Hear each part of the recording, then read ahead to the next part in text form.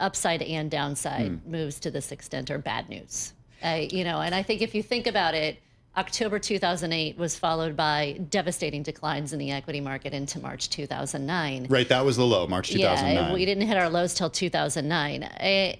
Unfortunately, the reality of today is just more volatility, more volatility. I don't know when this slows down. This maybe removes the Armageddon scenario. It does not remove the recession scenario that stocks still have to contend with. And that's troubling because we don't know where we're going to go for the next 90 days. The first pause of 30 days was hard enough for the economy and the equity market. A 90-day pause, I know that we're supposed to trust that this is going to turn out better, but businesses have to make decisions in the short term, and their hands are tied for making decisions, and that means a slowdown in activity. Consumer behavior had already started to shift in anticipation of these tariffs.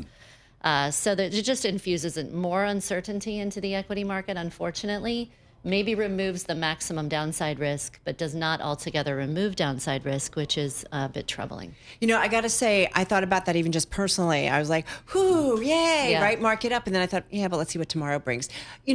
We had a CEO on who plays in the auto parts world, and he said this environment reminds him of the great financial crisis, the COVID shutdown, and a union walkout, like among the auto sector. Yes, Swami Konagiri of Magna. Of Magna. And so all of that together, that's what he said this environment reminded him of. I mean, that's pretty heavy. Yeah, it's very, very tough because decision-making in an environment where the headlines drive, what could be the economic outcomes is very, very hard, especially when the headlines change on a day-to-day basis. How do you plan for the long-term future? I think companies would be right to plan for the worst and hope for the best. When companies are planning for the worst, that generally is going to mean a slowdown in economic activity in the short run. They can't plan for the best and disappoint their investor base, right? So I think this is going to be really interesting to see how companies address it in the first quarter earnings season, because they're going to have to guide investors or at least provide some context as to how they're thinking about this environment of we don't know where things are going. Gina, I know you don't cover individual companies, but I got to get you to weigh in on the move that we're seeing from Apple right now. It's its biggest move higher going back to March of 2020 at this point. At its highest, it was biggest move since 2008. Stock's up 12% right now. I don't understand this move because Apple relies so heavily on China. Yeah. China is retaliating. There is no change in tariff policy against countries that are retaliating. President In fact, Trump actually minutes upped before, it, right? Minutes before, we heard on Truth Social that the president was doing this 90-day reprieve.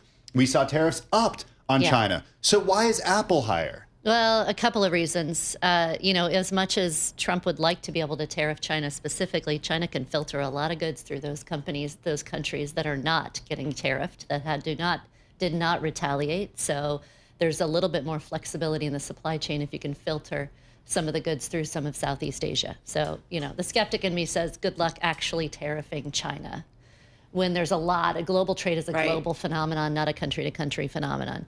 The second thing I think is this is a bounce into deepest oversold gets a bounce back to the strongest degree. So if you're deeply, deeply oversold, you should see the deepest oversold stocks ultimately bounce back first and strongest.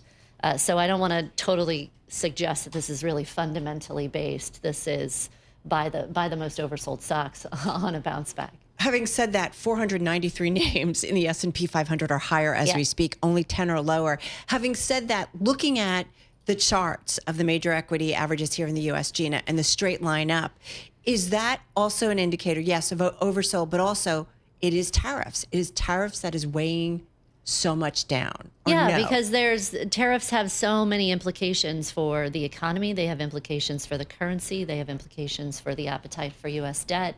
This is all intermingled. This is a big, big macro phenomenon. And going from a less than 5% average tariff rate to a 20% average tariff rate would have been catastrophic.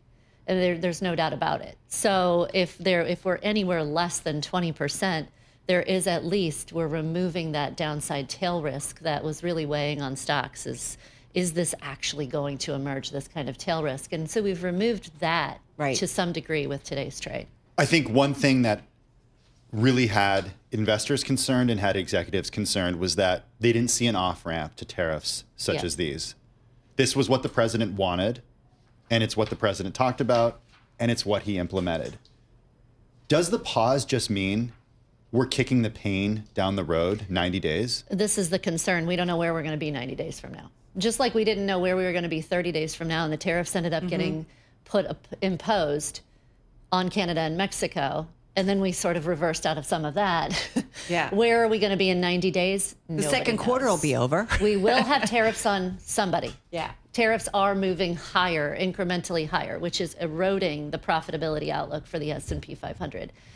How much it erodes it is now the question mark. How much does it erode the economic outlook? How much does this create really difficult conditions for the Fed to try to ease? Because in the short run, we will have inflation.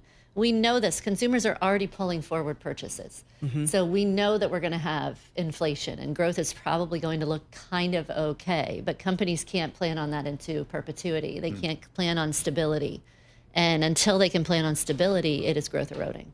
Two things, and you mentioned the Fed in those minutes, and Mike mentioned this, that the Fed said it may face difficult trade-offs if inflation is more persistent. And this is something we've talked about, especially if it's a slower growth environment or a recession.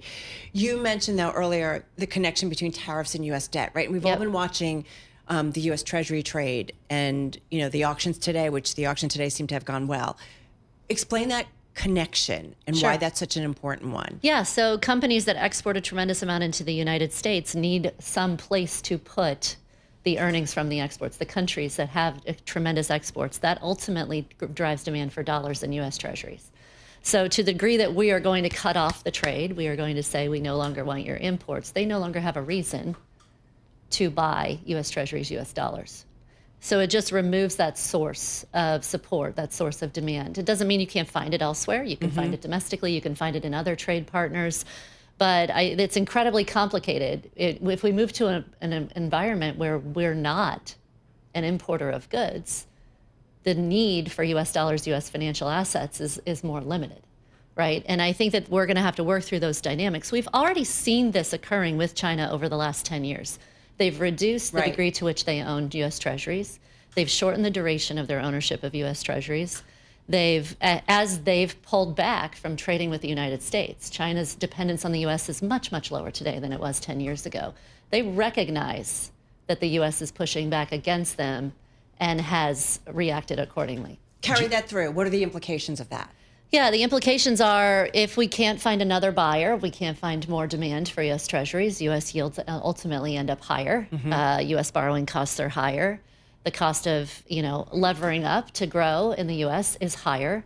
The hope is that this doesn't happen. We can rebalance, right? We can also rebalance the U.S. fiscal situation, which is another leg on this overall scheme. But in the near term, it means we've got to find a new buyer for U.S. debt if we're going to reduce the demand, effectively force reduction in the demand for those securities and U.S. dollars through trade policy. Gina, before we let you go, you've shared with us your concerns a lot over the last week. And I'm wondering if you're more concerned, less concerned, or unchanged, given the move that we saw today in the news from the White House, than you were when you walked into the office this morning. It's very, very early. I'm fairly unchanged. I'm still very concerned about the signal effect. I'm very concerned about, this such volatility and signaling to the international investment community about the sustainable investment aspect of the U.S. economy and the U.S. financial markets. The dependency on a single person decision making is, I think, disturbing to the international investment community. We have no understanding of where we're going for the next 30 days. We're just supposed to trust that it's going to be better.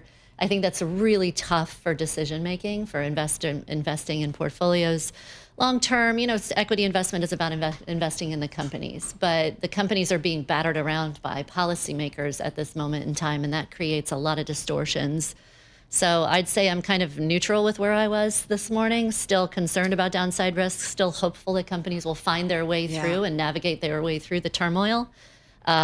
Still looking for opportunities to emerge in global equities as they do. Certainly we've seen gigantic movements to the downside, and especially some global equity markets that are not as overpriced as the U.S. equity market is. And so there still are a number of opportunities that are emerging, but It's tough to see through a lot of these clouds right now. And the risk is in 90 days, we could be where we were yesterday, essentially, right? Or how we started off the morning. Yeah, I hope that's not the case, because it does seem that, we started off the morning assuming that this is our reality. And now we at least have some opportunities for maybe negotiations or some differences, or maybe not quite as much near-term spike in inflation and disruption in the economy. So net, hopefully this improves conditions, but it's a hope, and hope is not a strategy.